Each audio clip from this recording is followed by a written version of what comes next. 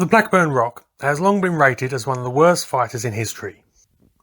Slow and cumbersome, the aircraft lumbered through several actions for the first year or so of the Second World War.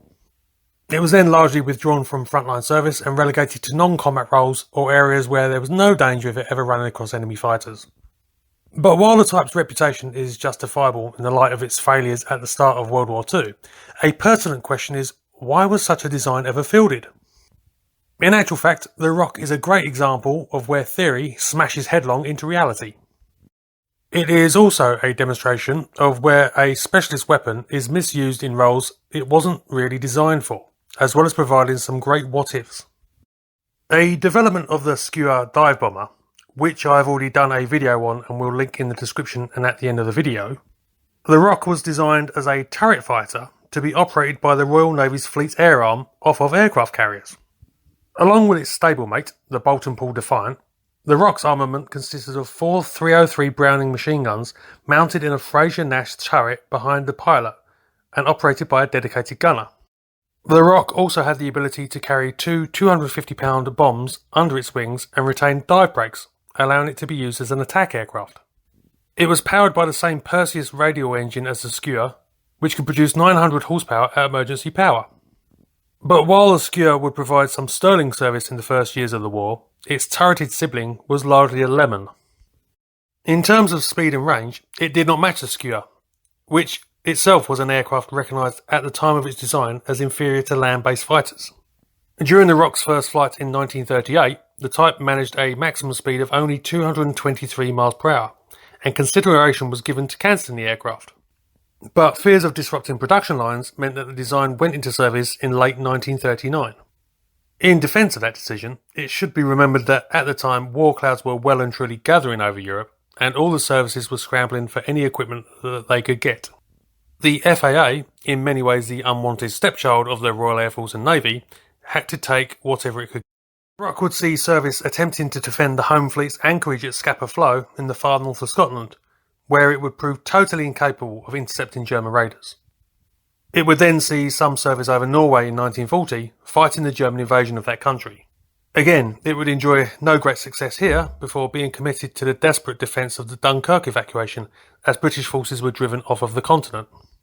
Here the Roc scored its one and only confirmed kill when an aircraft of 806 Squadron was credited with shooting down a Ju-88 bomber on the 29th of May 1940. Rocs would see a few more months of use, mainly in dive bombing or patrol work and fighting the occasional skirmish during the Battle of Britain. But by September 1940, the type was effectively withdrawn from frontline use and employed for target towing duties, and even as static anti-aircraft guns on airfields with their engines removed. The Roc therefore saw less than a year of combat service, and for most of that was wisely kept away from the fighting as much as possible. In fact, the whole turret fighter concept would prove to be less than successful. Encumbered with the heavy turret and extra crewmen, both the Defiant and the Roc were outclassed by single-seat fighters that they encountered. And that, one would imagine, is entirely logical. How can such designs possibly compete? In fact, this view overlooks two key facts.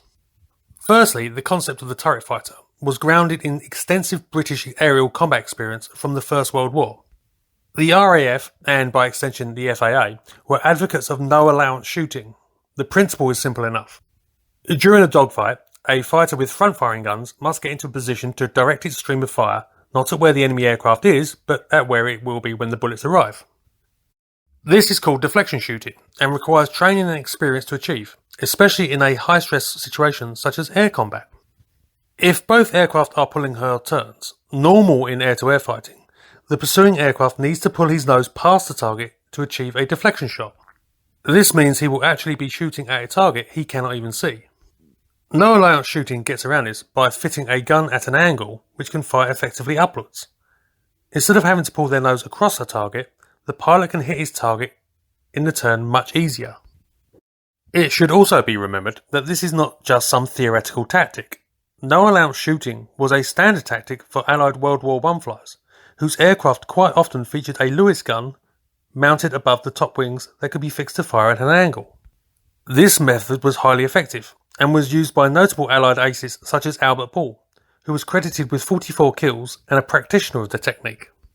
Additionally, no-allowance shooting was recognised as a great method for killing bombers, which was recognised by the Germans later in World War II with their Schrag music installations, which fitted heavy autocannons firing upwards into the bellies of Allied bombers.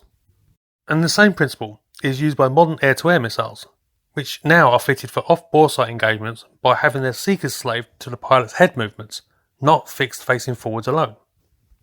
So the principle does seem to work.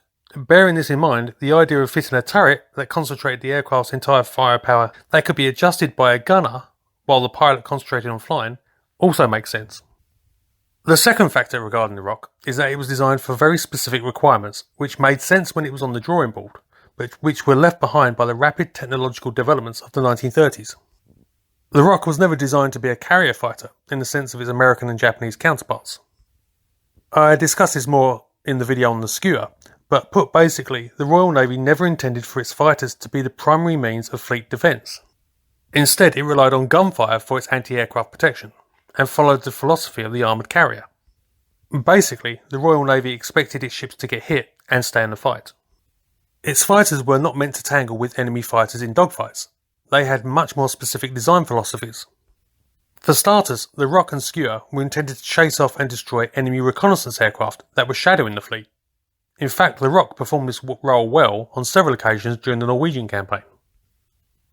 But there is another factor involved in this. At the time of the Roc's conception, radar was highly secret, experimental, and only just being applied to ground stations. The Royal Navy therefore needed aircraft to act as pickeys. And so any patrolling naval fighter, guarding against enemy aircraft far from the fleet, would definitely benefit from having a second set of eyes to watch the skies and sea. With the decision made that the Roc would be a two-seat aircraft, and therefore already inferior to its single-seat contemporaries, it makes further sense to add a more substantial armament and to try the concept of the turreted fighter to maximise that capability. Of course, the reality proved very different. Radar rapidly did become a feature on warships, moving the emphasis to high-performance aircraft that could defend the fleet further out. The Roc therefore was obsolete at fielding, displaced by rapidly evolving technology and aircraft, hence its ineffectiveness. Except there was one other role that the Roc was intended for, one it never got to demonstrate and which may, possibly, have allowed it to make a greater mark. Its poor performance may have meant it was badly outclassed by other fighters, but the Roc was perfectly capable of providing escort for the standard torpedo bomber of the FAA at the time, the Fairey Swordfish. As John Dell points out on his excellent website, again, link will be in the description, the Royal Navy recognised before the Second World War that whilst high-flying dive bombers may be able to avoid fighter escorts long enough to launch their attacks, low-flying torpedo aircraft would be sitting ducks for fighters swooping down upon them. Wartime experience bore this out.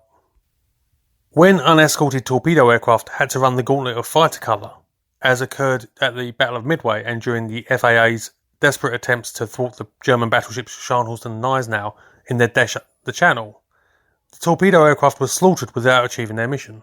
The Roc was intended to help balance this. Escorting the low waves of torpedo bombers, the Rocs would act as flying anti-aircraft batteries. Any fighters jumping the formation would face not just the defensive guns of the torpedo aircraft, but a massive accurate fire from the Rocs in the formation as well. But this situation never came to pass, and this sums up the Blackburn Roc. A whole bunch of interesting theories and doctrine personified, it was let down by the reality that warfare requires flexibility. An aircraft both as limited and as specialised as the Roc was practically dead weight for the squadrons who used it. The last was removed from service in 1943 for lack of spares, and that was the end of this rather sad aircraft. That wraps up this video. I hope you enjoyed it. If you are interested in military history and affairs, feel free to check out my website, militarymatters.online. I'll put a link in the description. Also, have a look at some of the other videos I've produced. You may find something else of interest. Check out some of the links coming up.